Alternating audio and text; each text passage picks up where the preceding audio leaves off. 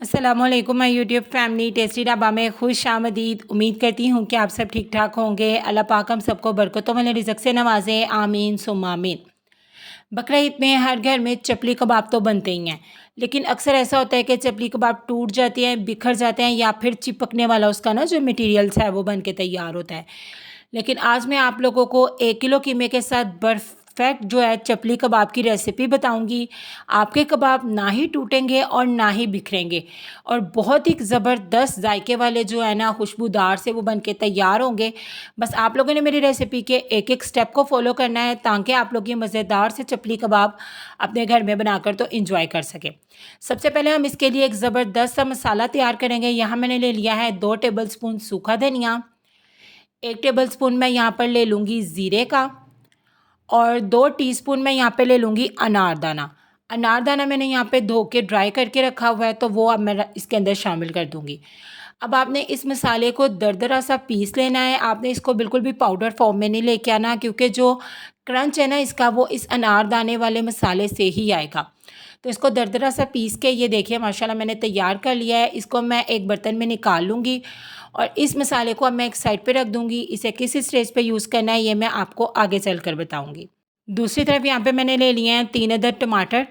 तो इन टमाटरों को कि मैं क्या करूँगी, बीज को सेपरेट कर लूँगी। चपली कबाब में जो बीज है ना टमाटर के वो बिल्कुल भी यूज़ नहीं होते, तो इसके बीज को सेपरेट करके मैं एक साइड पे रखती जाऊँगी और इन जो टमाटरों को है ना मैं बिल्कुल फाइन, बिल्कुल बारीक बारीक जो है ना वो चॉप कर लूँगी। इस तरह के टमाटर आपने काटने हैं कि वो बिल्कुल बारीक बारीक जो है ना चॉप हो जाए। तो टमाटर को भी अब हम लोग इसी तरीके से बिल्कुल बारीक बारीक चॉप करके एक साइड पे रख लेंगे। ये तमाम तैयारी आपने कबाबों का जो मिक्सर है ना वो बनाने से पहले पहले कर लेनी है। यहाँ पे देखिए माशाल्लाह मैंने सारे टमाटरों को चॉप कर लिया है। ये आपको भी बड़े लगेंगे लेकिन कोई मसला नहीं है। हम इस तरीके से इसकी चपली कबाब में मिक्सिंग करेंगे ना कि ये बिल्कुल भी पता नहीं चलेगा।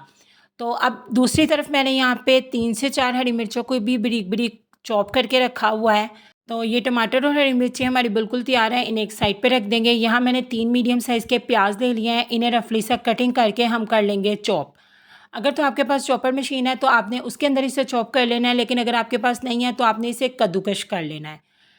ये दोनों स्टेप बहुत ही ज़रूरी हैं। प्याज को आपने कभी भी ऐसे ना छुरी के साथ चॉप करके नहीं शामिल करना है, या आपने इसे कद्दूकश करना है या आपने इसे चॉपर मशीन में चॉप कर लेना है।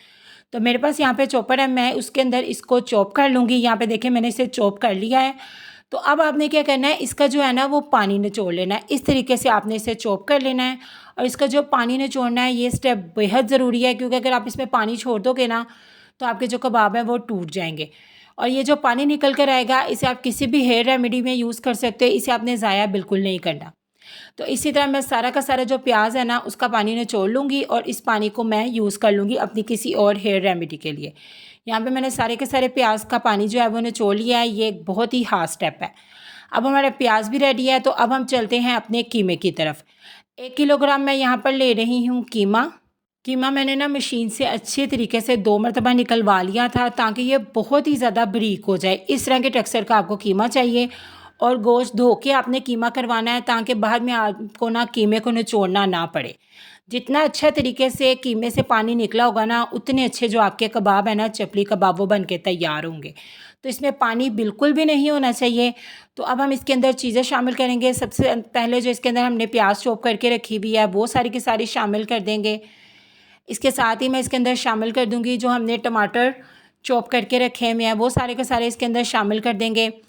टमाटर शामिल करने के बाद जो हमने हरी मिर्चों को चॉप करके रखा हुआ है वो इसके अंदर शामिल कर देंगे। बहुत ही ज़बरदस्त और स्पाइसी किस्म के हमारे ये जो चटखारेदार से चपली कबाब है ना वो बनके तैयार होते हैं।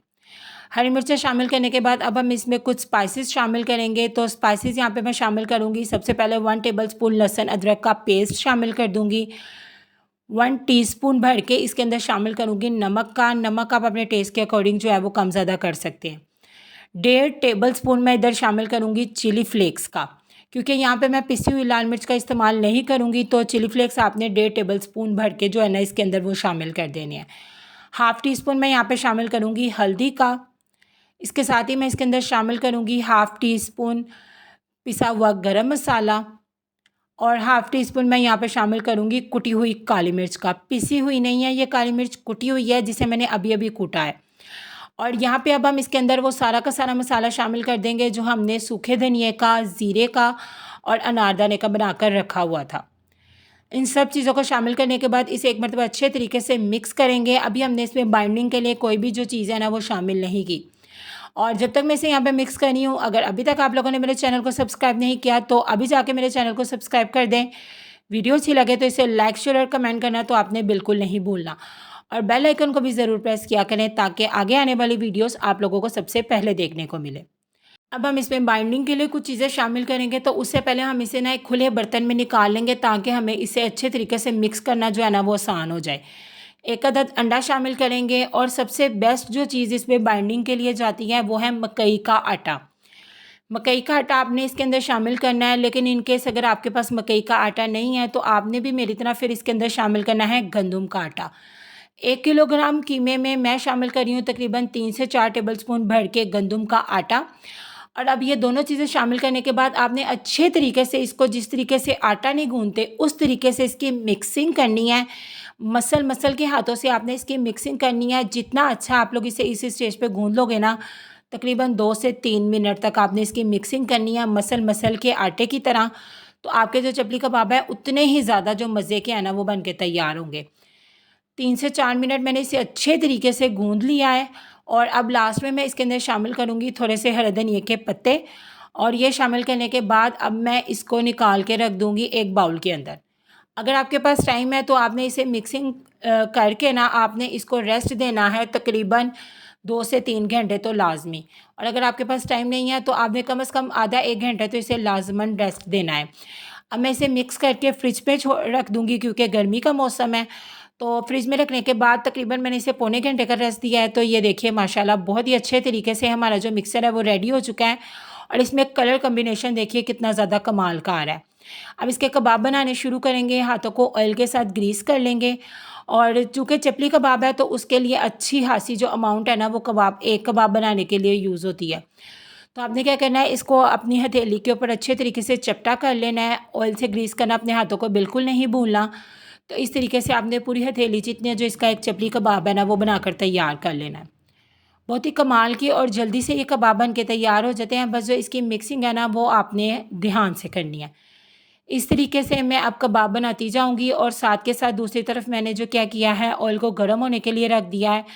तो कबाब बनाते जाएंगे और साथ के साथ फ्राई पैन में गर्म जो ऑयल हमने करने रखा हुआ है ना उसके अंदर शामिल करते जाएंगे। आपने ये बना बना कर रखने नहीं है। इसकी मोटाई चेक कर लें, जितना पतला आप इसे कर सकते हैं ना आपने इसे उतना पतला ना अपनी हथेलियों में कर लेना है।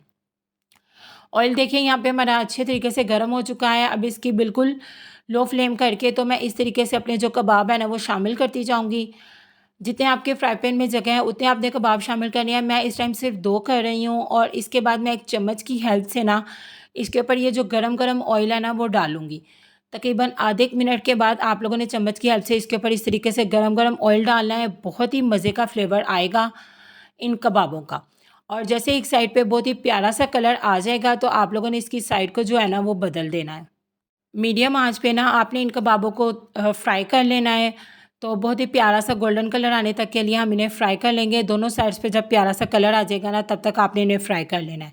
और ये देखिए माशाल्लाह कितना ज़बरदस्त हमारे कबाब पे कलर आ गया है। बाकी सारे भी इसी तरीके से मैं फ्राई कर लूँगी। और ये देखिए जी माशाल्लाह माशाल्लाह हमारे चपली कबाब की फ़ाइनल लुक कितनी ज़्यादा कमाल की लग रही है। और टेस्ट में और खुशबू में तो ये बहुत ही ज़्यादा लाजवाब है। और ये आपको तभी पता चलेगा जब आप लोग इस रेसिपी से चपली कबाब बनाकर ट्राई करोगे। ये देखिए माशाल्लाह ये बिल्कुल भी टूटे नहीं हैं, बिखरे नहीं हैं। इसका कलर कॉम्बिनेशन चेक करें, इसका टेक्सचर चेक करें। बहुत ही ज़बरदस्त हमारे जो चपली कबाब हैं वो बनके तैयार हुए हैं। तो आप लोगों ने इस रेसिपी को ज़रूर ट्राई करना है और फिर मुझे कमेंट सेक्शन में आकर बताना भी है कि आपको मेरी रेसिपीज़ कैसी लग रही हैं। दुआ में याद रखिएगा, अपना बहुत ज़्यादा ख्याल रखिएगा। अल्लाह हाफ़िज़।